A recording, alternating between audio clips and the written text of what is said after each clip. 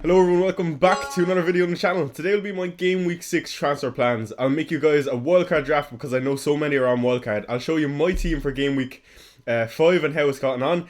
We're just after hitting the 100k rank mark, and also I'll show you some of my own transfer plans with a watch list with some of my differentials for anyone who's not on wildcard. So if you do like the video, of course hit the like button and subscribe, and if you have no interest in my own team, be sure to skip to the marker for the wildcard. So let's get straight into it. 350 likes is the goal for this video, and if you aren't already subscribed, hit the subscribe button. We are having a phenomenal start to the season, lads. 100k rank in 6 game weeks. In a season where a lot of top managers are having a tricky start.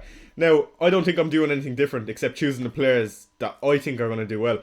And this week, we've been quite fortunate. 70 points, one free transfer used last game week, and cutting our rank from 550,000 to 100,000. Dividing the rank by 5, lads, on a week where I thought it would be red or grey. And no chip activated, and wildcard still in the pocket. And a lot of managers hit that bench boost. I actually can't believe it.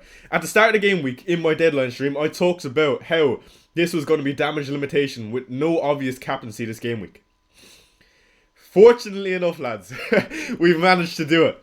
Let me quickly start with one of my first 3 decisions I had to make this game week. Dubravka or Sanchez. The difference is 7 points, which was absolutely ridiculous. Red card and 2 goals conceded for Sanchez. Got minus 3 points and plus 4 for Dubravka, who made 7 saves. That's a swing that you can't really account for, but it was made easy by who I was going with. Bruno Fernandes was my other option as captaincy. Sure, I had the likes of Cody Gakpo, who only played about 60 or 70 minutes versus Everton, and I accounted for this. Erling Haaland, who got his goal with a 9-pointer, which was deadly, came off in the 85th minute, and Bruno Fernandes were my 3 options. And I decided to go with Bruno. At the start of the game week, lads, I've been saying and ranting and raving how United have been good in terms of numbers. I don't care how shit they are as a team, but if they're going forward and doing well, I don't care. And that was enough for me to put the armband on Bruno Fernandes, who also has roots to points in assists, of course, DEFCON, goals, and he's on corners. So, many routes to points for Bruno. And I know it was the game state of the game. Chelsea got a red card, and you might say that was quite fortunate. But in general, in the 10 minutes that United played with 11 men versus Chelsea, I thought they were quite good. And I thought Bruno could have had a bit more, and also Bryan Mbeumo. Matty Cash, the transfer of this game week. 10-pointer. On my deadline stream and in my videos, I spoke about how I was going to bring in Matty Cash, and I've backed my match by bringing him in. It's good to get some points off of a transfer straight away. And we also have Fulham at home and Burnley at home to come. So let's see if this look can continue going forward with Matty Cash. We also have to speak about the 2 Villa boys who didn't do so well. Morgan Rogers and Ollie Watkins. Now, Ollie Watkins, don't get me wrong, has been a horrific player in my own team. I've had him since the start. Morgan Rogers, on the other hand, he's been really poor. But the one caveat for me is I brought him in game week 3. So I've only had 2 blanks of Morgan Rogers. I brought him in the double transfer for anyone who's been here with Bryan Mbeumo. Mbeumo, of course, got a 10-pointer that game week, and Rogers is blank. So I've only owned Rogers for 2 game weeks because I free hit in game week 4. So the disappointment isn't necessarily there with Rogers for me yet. Therefore, I'm more than happy to hold on to Watkins and him as a pair. Again, we'll get onto my transfer plans in just a second, but the fixtures are there for me. The last 2 we need to speak about, or 3, is Nico Williams, who got a 10-pointer. I mean, you can't really account for that. A goal, a bit of luck. Going into Sunderland at home, he's a keep. But yeah, a large bit of luck there. Porro and Kudus. Kudus, man. What a signing for Spurs. I can't get enough of Kudus. He makes me stand on my feet watching Spurs again. And it's exactly what I embody trying to watch Spurs. So it's a great watch. And as an FPL asset, to be honest, his assist came from what could have been a goal. The goal threat is probably what a lot of people are missing to jump on him. But for me, it's enough with good fixtures to hold on to. Pedro Porro, who's been disappointing, and I knew going into this game he was going to blank. I didn't expect much from him. But with favourable fixtures, Wolves at home and Leeds away, he's a must-keep also on my team. So, that's the game week 5 score, 70 points. And again, just creeping into 100,000 with only 1 chip used, guys. this could be a phenomenal season, just like what we've seen here before. So I'm not going to say we're back just yet. It's still a bit early for that for me. But I'm liking where things are going. Let's get into a potential wildcard 6 if I was on it. So moving on to the wildcard 6 draft. Now, fortunately enough, I'm not on the wildcard, but I know many of you guys are. First thing to note, I've not displayed this video in a way where I show you the defenders, midfielders and forwards, because largely a lot of the content creators' teams are the same, but for good reason. So in front you have shown you a fairly familiar defence in David Raya, Gabriel, Senesi and Tarkovsky. I don't need to speak too much about it. DEFCON written all over it, and the best defence in the league. In midfield is where we've differentiated this team. For me, lads, if you are on wildcard, how I would differentiate myself is I would play the fixtures. Tijani Reinders, Foden and Haaland triple up on attack for Burnley at home. You'd be quite confident in Foden starting this game with Burnley at home. Same with Tijani Reinders, who's been amazing this season. Again, a return to keep managers who own him happy going into this Burnley at home fixture. Erling Haaland, who I don't need to speak too much about. Another goal versus Arsenal. That keeps his goal scoring record going this season. Phil Foden, who didn't return versus Arsenal, but looks back to his best. And getting consistent starts in this team. I'd be interested to see if he gets any minutes midweek, but I highly doubt it. Antoine Semenyo, Mbeumo and Ndai. The unusual The unusual one here is likely Brian Mbeumo. Now, I've left 0.5 million in the bank because I am recording this 7 a.m. and the price rises are in on Monday morning. And players like Haaland are up to 14.3. Same with Senesi, he's got a rise. I don't know if it was today or the day before. But that 0.5 will hopefully keep you flexible. If you have more team value than myself, well, happy days. Use that 0.5 to upgrade the likes of a Richards, perhaps, to a Lacroix.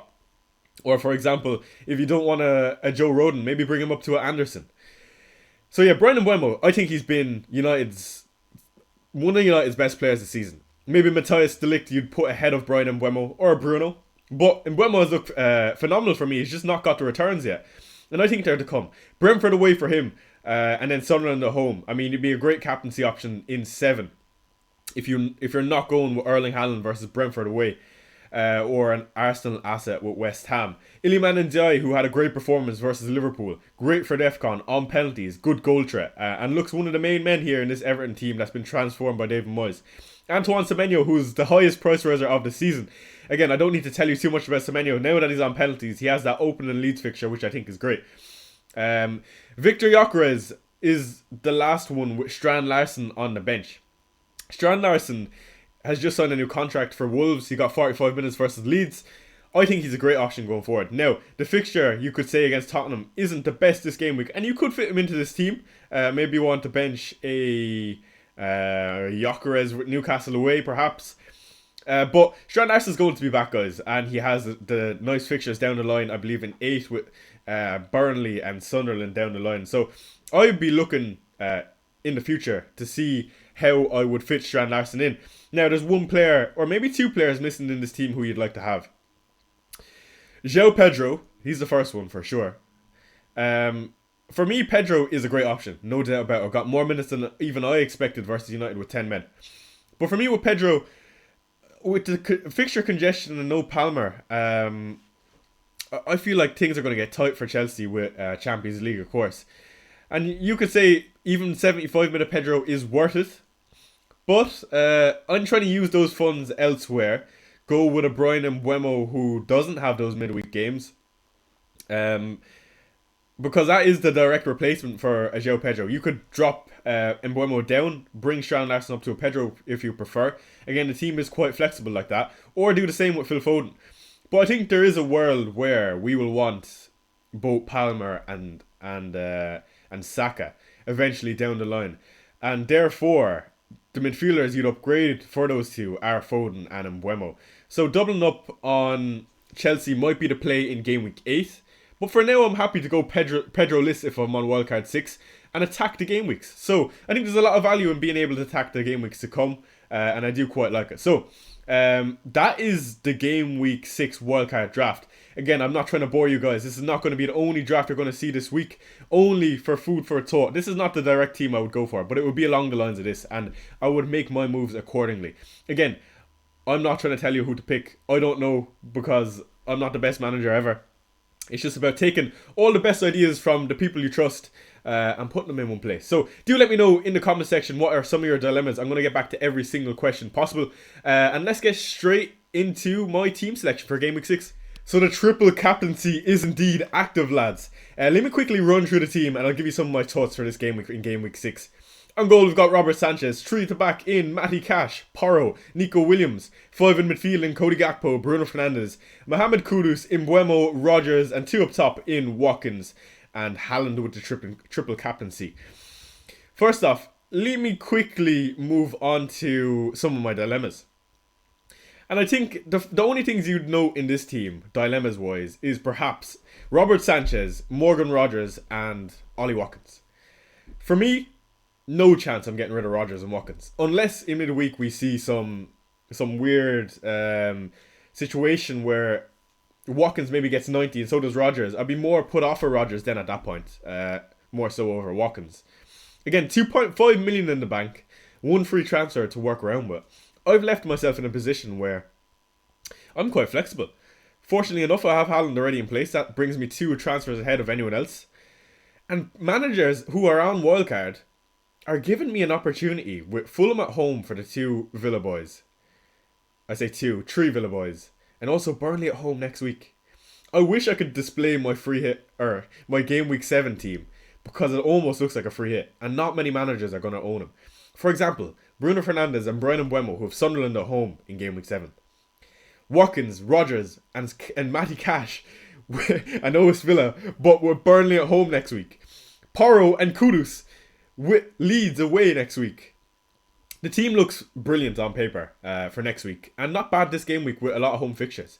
I think if the United boys can perform for me this game week, we could be on for a brilliant game week, especially with the triple captain active. Again, still with the bench boost in my pocket, I'll be looking to wildcard in and around game week 8. Again, do let me know what your chip strategy is, or if you are on wildcard this week. I'm also going to put together a free hit video this week, so do stay tuned if you are interested in that.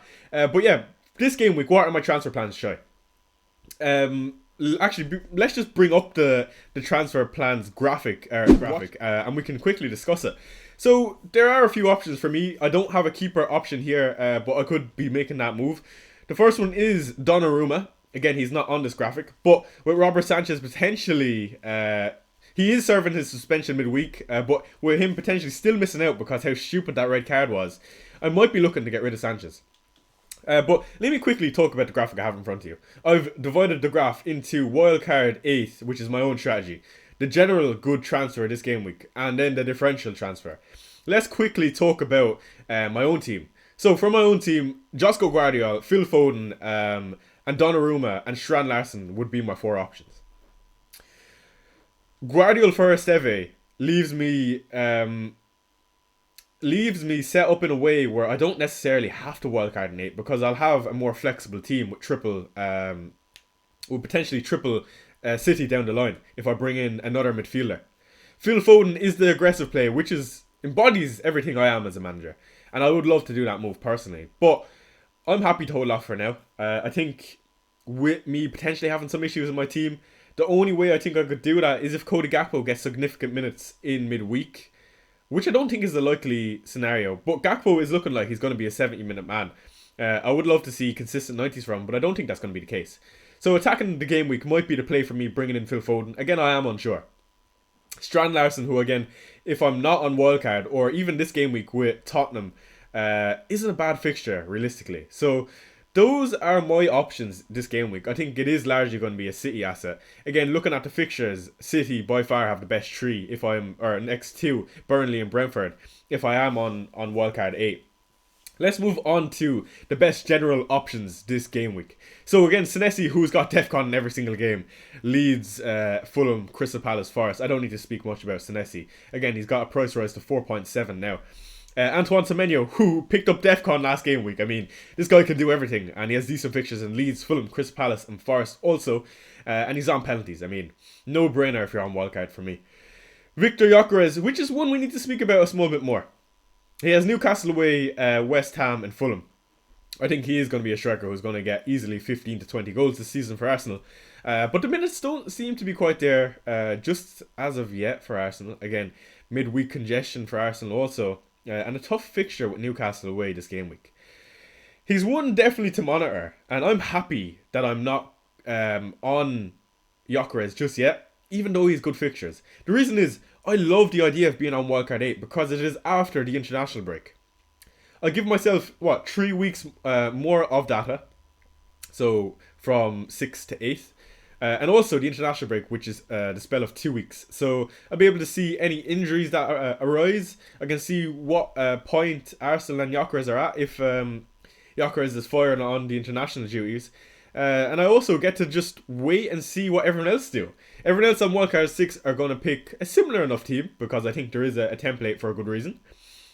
And I'll be able to adjust accordingly. Maybe Mo Salah will be back in my thinking come game week 8. So I'll hopefully be a step ahead. That's the idea. On to the differential column. We've got Craigie for Wolves. We've got Mbeumo and we've got Jared Bowen. Bowen, first off, coming up with a goal last game week. And decent fixtures if you have an option to start in game week 7 ahead of him with that Arsenal fixture. Again, if you avoid the Arsenal fixture, Everton, Brentford, Leeds, Newcastle, Burnley. Great set of fixtures for Jared Bowen. And someone has to get the goals for West Ham. Now, don't get me wrong, a West Ham option is not ideal. But Bowen looks a player on form. And in comparison to the likes of a Pedro or a Gyökeres, Bowen is a 90-minute man. He's not on the penalties, but he's the talisman for these teams, or for West Ham. For these type of teams is what I was going to say. So let's move on from Bowen. Let's go on to Brian Mbeumo, like I spoke about in the last section. For me, a great option this season, and he plays his old team Brentford away, and he also plays with Sunderland at home. I feel like in a team like United, he's going to play on transition a lot. I often speak about this.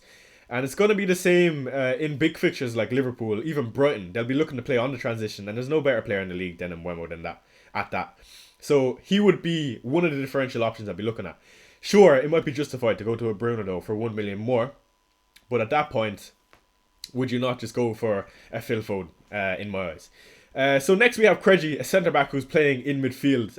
Shout out to Alex Follow, who did go him and captain him. But at 4.5 million, it's more so targeting those games like Sunderland and Burnley down the line. Who knows if he's going to keep his spot? Again, he is a young player. But I would fancy my chances with Craigie. I mean, coming in with a goal, his confidence will be through the roof. And looking down the line, if I'm on bench boost or looking to just have an asset I can bring on who is in an attacking position, I say attacking in midfield, so he can come up with a goal.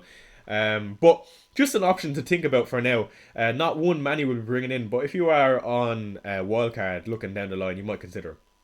So that wraps up the transfer plans video, lads. I hope you have enjoyed it. As usual, hit that like button and subscribe if you aren't already. 100k rank, lads, and plenty more videos to come from myself. Do let me know in the comment section what you think, and I hope you enjoy the consistency. So we'll wrap it up there, lads, and as usual, lads, I'll see you in the next.